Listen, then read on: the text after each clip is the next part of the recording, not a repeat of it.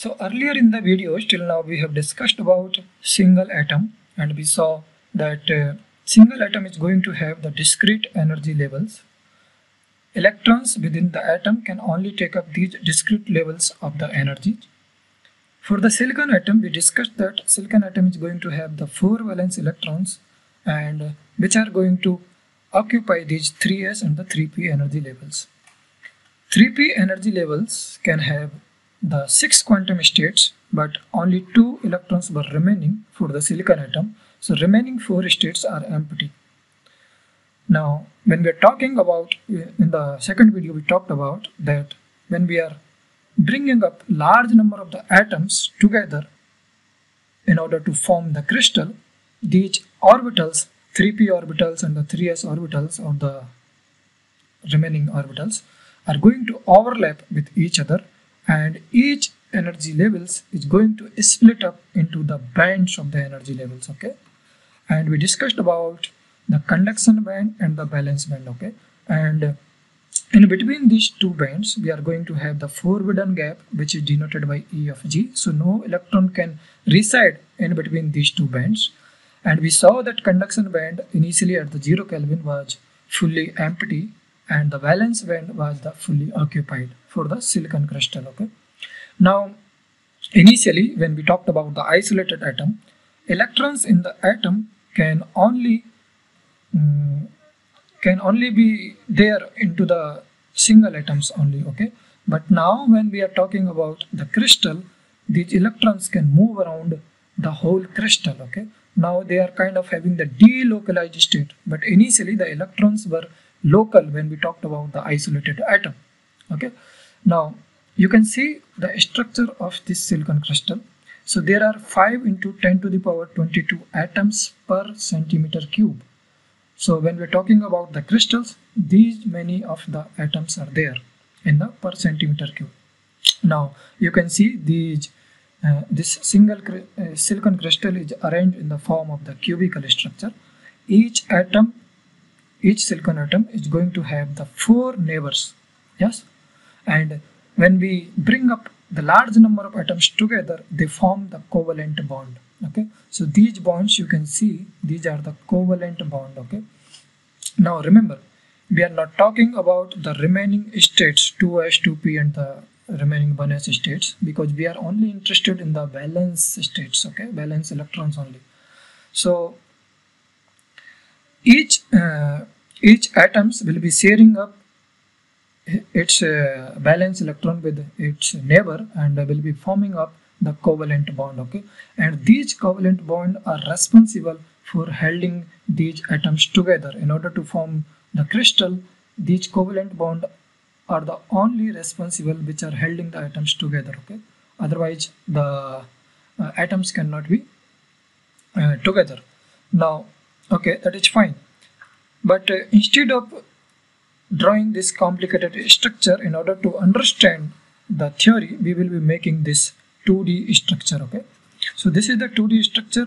Now each black dot is the silicon atom. Okay, so you can see here only we are showing the valence electrons only. Okay, so these two lines which you can see here are the shared valence electrons. Okay, so each single line is the single electron only. Okay, so you can see each atom is going to have the 4 electrons, and its electrons are shared up with the neighbors. Okay, so these 4 electrons are going to be shared up with the neighbors atom.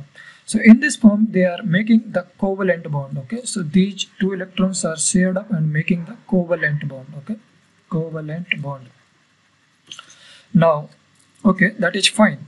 Now what happens, so initially let me tell you, I will be making the, so this was the situation at 0 Kelvin. Yes, valence band was fully occupied and the conduction band was the fully empty.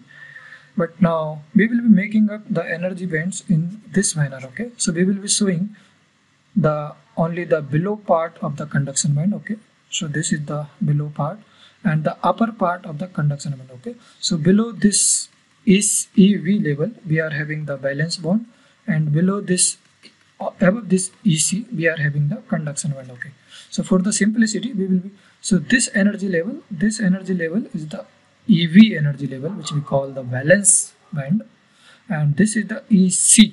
Okay, this is the EC energy level, which we call the conduction band. Okay, so above the EC energy level there is a conduction band, and below the EV energy level there is a valence band. Okay, so this is the situation. Okay, at T is equal to 0 Kelvin. That is fine. Till now we have discussed this fact. But what happens when we little bit warm up the silicon crystal, when we increase the temperature above the 0 Kelvin, what will happen? So you see, there are covalent bonds in the silicon crystal, okay, and when we increase the temperature above the 0 Kelvin, some of the covalent bonds are going to break up, okay, because the electrons have the thermal energy, they will be gaining some energy.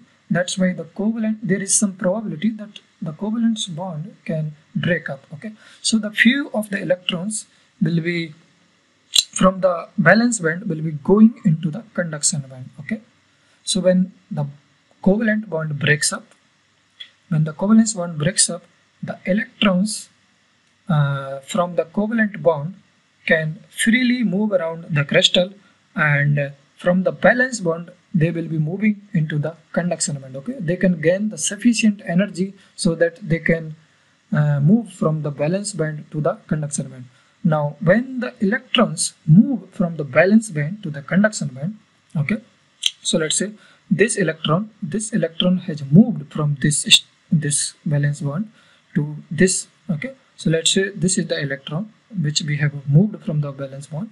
Now in this valence bond there will be absence of the electron. Okay, and the absence of electron, which we denote by this round circle. Okay, so let me clearly make it. So from the valence bond, when this electron will be going up to the conduction band, instead of having this electron, we will be having this hole here. Okay, and here we will be having the electron. So electrons, this is the electron and this is the hole. Okay, so hole is just the absence of electron. So when the electron will be moving to the conduction band, there will be absence of the electron in the valence band, and we call this absence as the hole. Now you can treat this hole as the positive charge because it is the absence of the electron. Okay, and the charge of the hole is same as the charge of the electron, but just the magnitude is the same and the sign is the opposite. Okay, now we will be talking about the charge and the mass of these electrons and holes in the later in this video. But what I want to tell you is that whenever you will increase the temperature from the 0 Kelvin, there are few electrons which will be moving from the valence band to the conduction band. Okay, now how many electrons will be moving to the conduction band, we will be seeing this. Okay, now first let's talk about what is the intrinsic semiconductor. Okay, so intrinsic semiconductor means the pure semiconductor. Okay, pure semiconductor means we have not doped any other element into the silicon crystal. Okay, so initially let's say we are having the silicon crystal, it is full of the silicon crystal. Now we have not mixed up any element, any atoms with this silicon crystal. Okay, now in this state we call this semiconductor as the pure or the intrinsic semiconductor. Okay, now for the intrinsic semiconductor, let's say from T is equal to 0 Kelvin, you moved T is equal to 300 Kelvin. Okay, so when you draw the energy band diagram, so this is the, let's say, EV. Okay, this is the EC. Okay, now how many electrons will be going up from the valence band to the conduction band? This is I want to tell you. Now for the silicon, the number or for the any other semiconductors, the number of the atoms number of the electrons which moves from the valence band to the conduction band, so the density or the concentration of the electrons we denote by Ni. Okay, so let's say there were many electrons initially in the valence band. Okay, and some of the electrons has moved into the conduction band, so we will be having some electrons here. Now this concentration of the electrons which have moved into the conduction band, which we denote by Ni. Ni means the intrinsic concentration of the electrons. Okay, so these are the free electrons which have moved into the conduction band, and the concentration we denote it by the Ni. So Ni, let me write it. Ni is the intrinsic concentration of electrons. Okay, so these much of the electrons have moved from the valence band to the conduction band. Okay, so now for the silicon at T is equal to 300 Kelvin, this Ni is equal to 1 into 10 to the power 10, okay, per centimeter.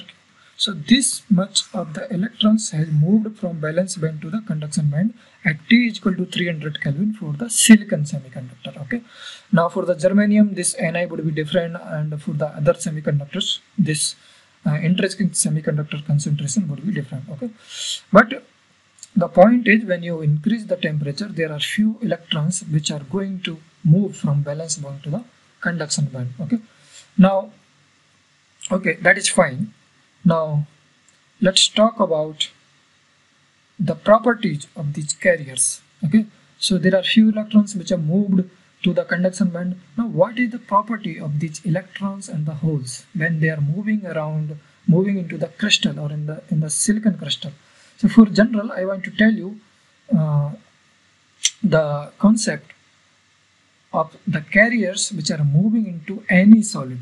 Okay, so for the electrons, if you talk about the charge, so charge you might be knowing the electron charge is minus 1.6 into 10 to the power minus 19 coulomb, and for the holes you can treat it as a positive charge. Okay, and the charge is equal in the magnitude, so it is plus 1.6 into 10 to the power minus 19 coulomb.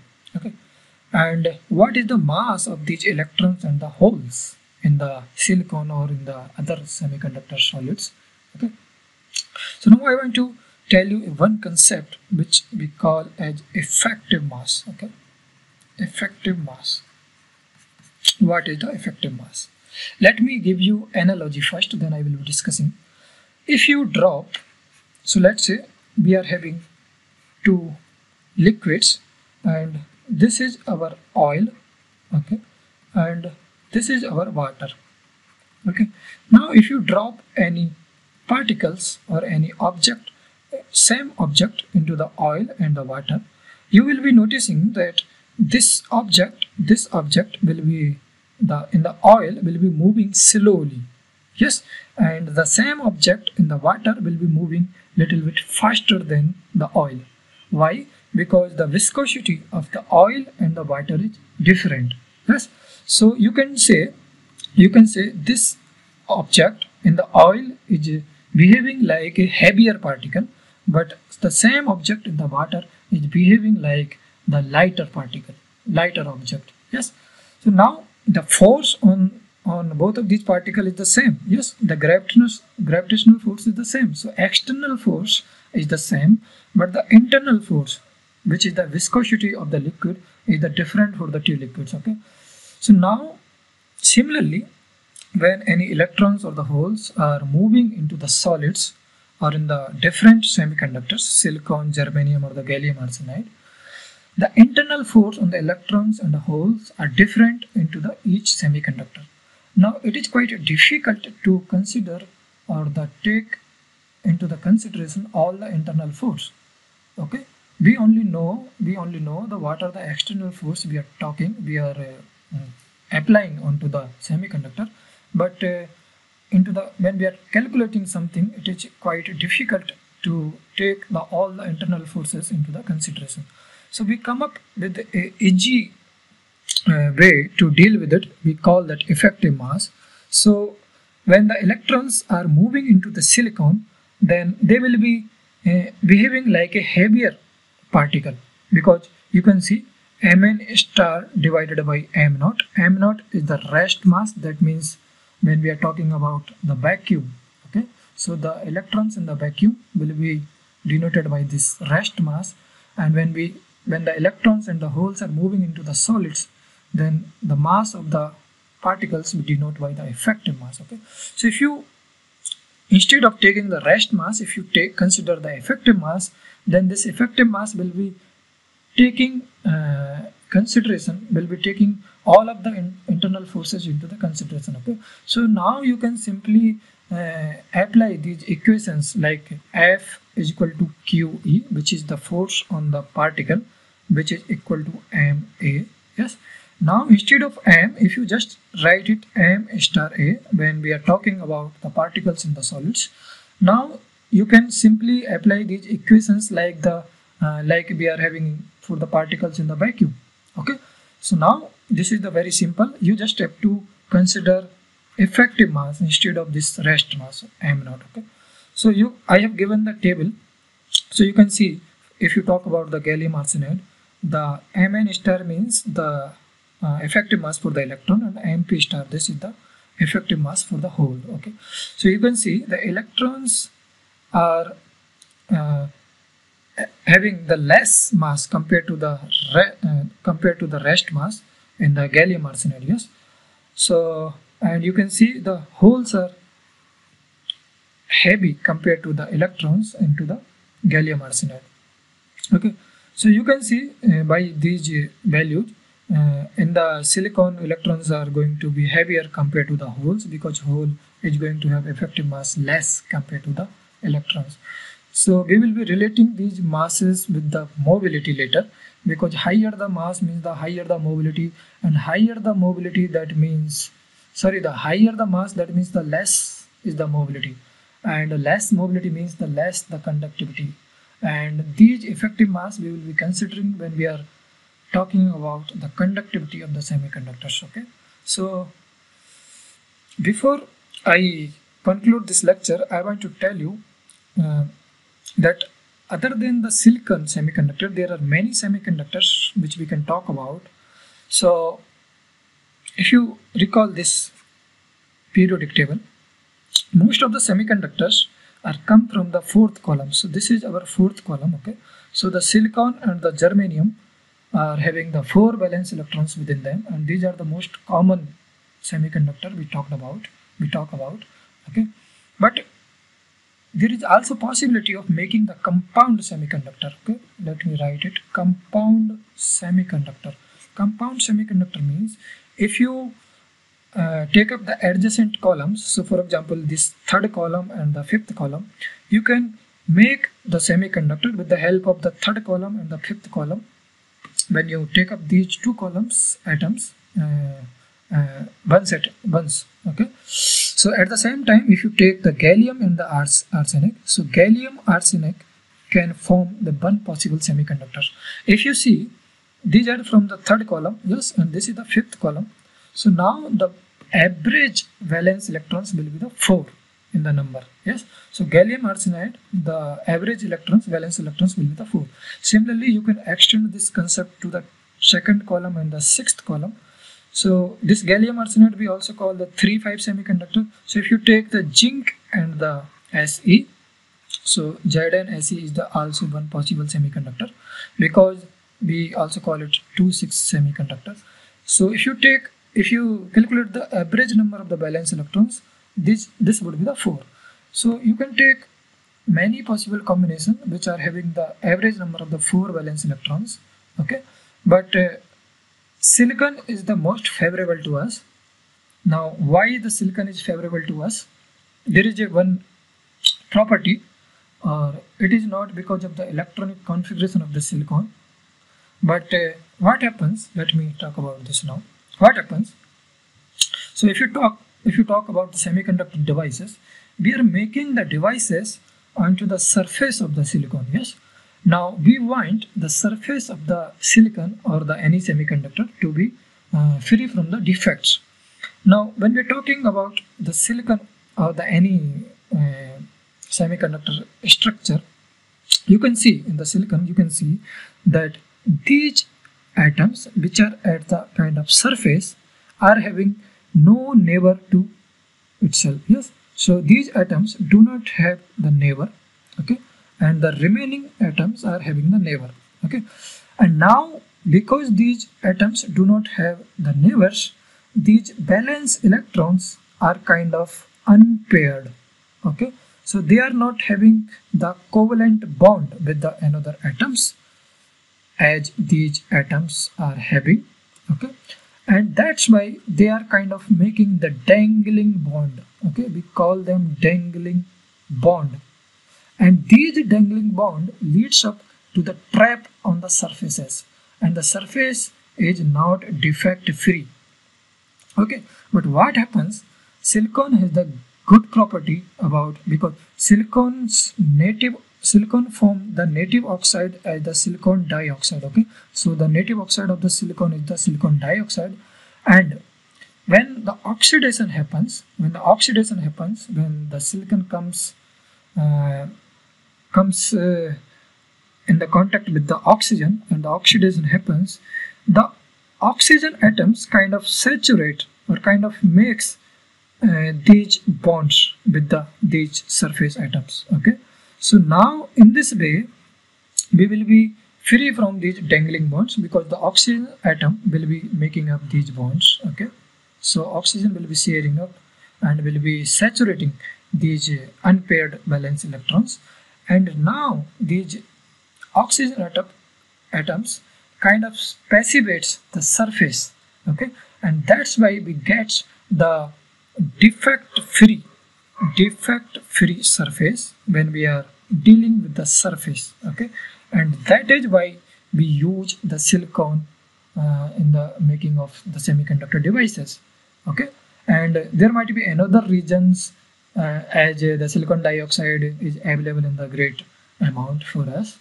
Yes, silicon dioxide is just the silica. Okay, it is very low cost, it is having a very low cost. So but this is the most important reason which I talked about it. Okay, and I have listed the other semiconductors here: germanium, silicon, indium phosphide, gallium arsenide, and the band gaps and the intrinsic density. Okay, so this is the Ni which we talked about. Okay, so okay, that's it for this lecture now.